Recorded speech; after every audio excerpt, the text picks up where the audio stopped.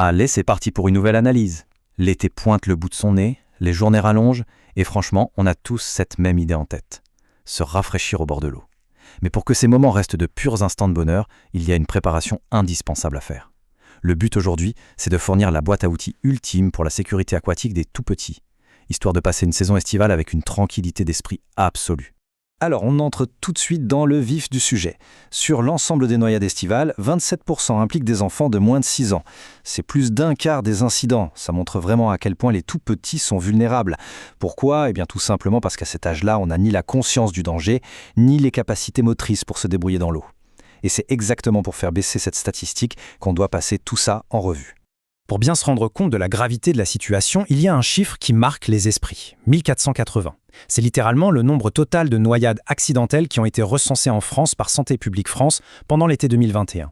Derrière ce nombre, ce sont des vies qui basculent en une fraction de seconde. C'est pour ça qu'une prévention en béton armé est vitale, bien avant même d'enfiler les maillots de bain.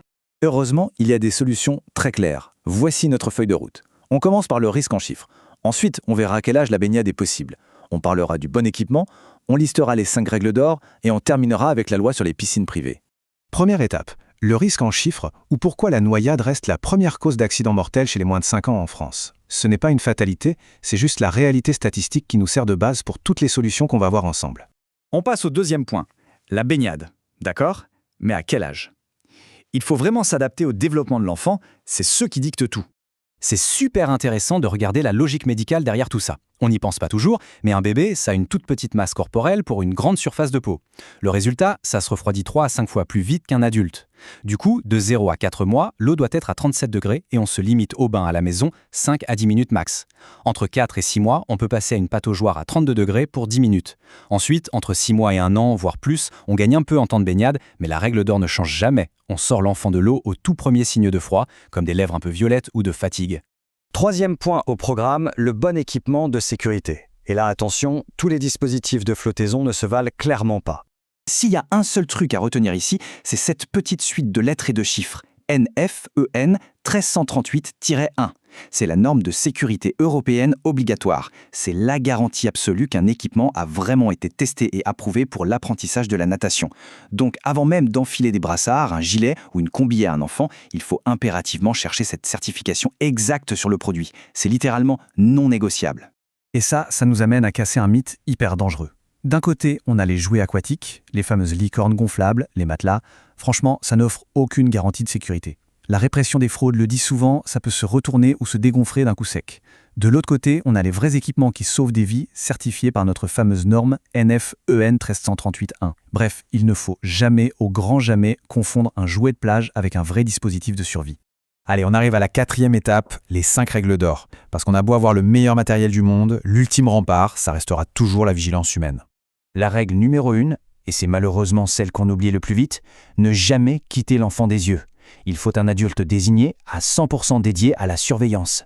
Pas de smartphone, pas de bouquin. L'adage est bien connu, pendant un repas de famille, si tout le monde surveille, en réalité, personne ne surveille. Et on complète avec le reste des règles. D'abord, on reste toujours à portée de bras, c'est-à-dire à moins d'un mètre. Parce que contrairement au film, un enfant qui se noie ne crie pas, il n'y a pas de grandes éclaboussures, c'est totalement silencieux. Ensuite, on l'a vu, pas de confusion entre jouet et sécurité. On vide aussi toujours la pataugeoire après usage, car un tout petit peut se noyer dans à peine quelques centimètres d'eau. Et un fait super surprenant mais essentiel, doucher l'enfant avant et après la baignade. Ça enlève la sueur et les crèmes, et du coup ça réduit drastiquement les chloramines. C'est d'ailleurs ce qui donne cette forte odeur de chlore et qui irrite les voies respiratoires. 5e et dernier grand point, les piscines privées et la loi. Faisons le point sur le cadre légal prévu pour 2026, qui est en fait un vrai filet de sécurité structurel. Et là, on a un chiffre qui pose tout de suite l'ambiance, 45 000 €. C'est tout simplement l'amende potentielle si on a une piscine enterrée ou semi-enterrée non sécurisée en France. Le législateur ne rigole pas avec ça, et c'est un excellent rappel de nos responsabilités quand on possède un bassin privé. Pour être dans les clous, la loi demande au moins un de ces 4 dispositifs certifiés. Une barrière, une couverture de sécurité, une alarme ou un abri. Mais petit conseil très appuyé par les pédiatres, la barrière de protection, avec son mètre 10 minimum et son portillon sécurisé, c'est vraiment le top du top. Pourquoi ? Eh bien parce que c'est un obstacle physique et permanent. Si la surveillance humaine a un petit raté, la barrière, elle, fait son job et bloque complètement l'accès. Alors, en voyant toutes ces normes et ces règles comportementales, on en arrive à la question fatidique. La piscine est-elle vraiment prête pour cet été? C'est le moment idéal d'évaluer concrètement les installations. On vérifie l'état des brassards, les normes des gilets, le bon fonctionnement de l'alarme. Bref, anticiper, c'est la clé absolue pour passer un été serein. S'il y a une urgence, c'est le 15 pour le SAMU en France ou le 112 au niveau européen. Il faut que ces numéros soient ancrés dans nos têtes. On dit souvent que se préparer au pire, c'est le meilleur moyen de l'éviter. La rigueur, c'est notre meilleur allié pour des baignades en toute sécurité. Mais d'ailleurs, une fois l'été terminé, quand l'enfant aura un peu grandi, comment préparer au mieux ce tout petit à ses premières véritables leçons de natation pour qu'il devienne, un jour, le premier acteur de sa propre sécurité?